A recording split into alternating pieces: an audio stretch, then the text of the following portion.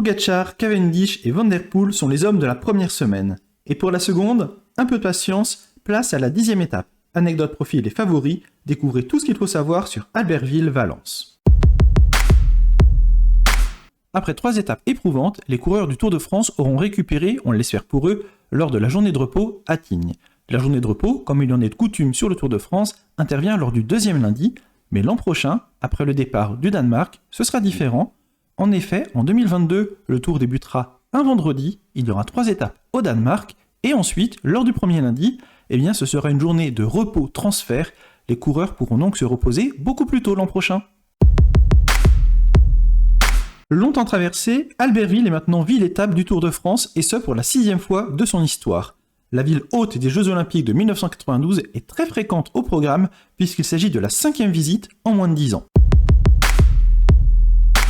L'arrivée, quant à elle, est jugée à Valence, dans la Drôme. Valence, ville-étape pour la 4e fois de son histoire, à chaque fois pour des arrivées. La première fois, c'était en 1996 avec la victoire du Colombien Chepe González. Les autres arrivées sont plus récentes avec la victoire en 2015 de Peter Sagan et en 2018 d'André Greipel. Vous avez le profil sous les yeux, une étape qui part au pied des stations Savoyardes en destination de Valence, une étape bien moins difficile que les précédentes. Alors, qui aura le mieux récupéré la journée de repos? Lorsque l'on voit le profil, ce n'est pas le col de Cou, 7,4 km à 2,8%, qui doit faire peur aux coureurs du Tour de France.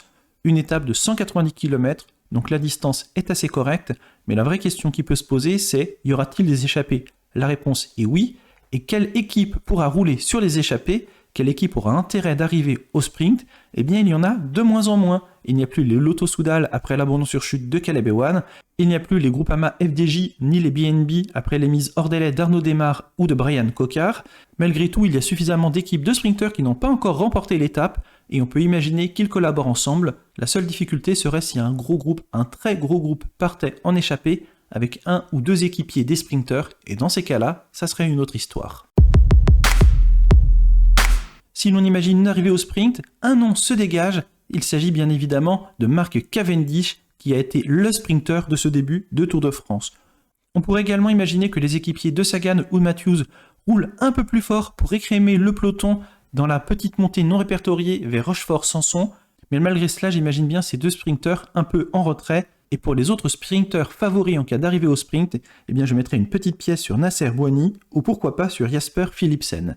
Et dans l'éventualité de l'arrivée victorieuse des échappés, pourquoi pas mettre une petite pièce sur le Belge Thomas de Gent. Et pour vous, qui sont les favoris de cette étape? Les coureurs auront-ils bien digéré cette journée de repos? Donnez-moi votre avis dans la section commentaires. N'oubliez pas également de liker, partager ou de vous abonner à la chaîne si ce n'est pas déjà fait. Moi je vous dis au revoir et à bientôt. Bon tour!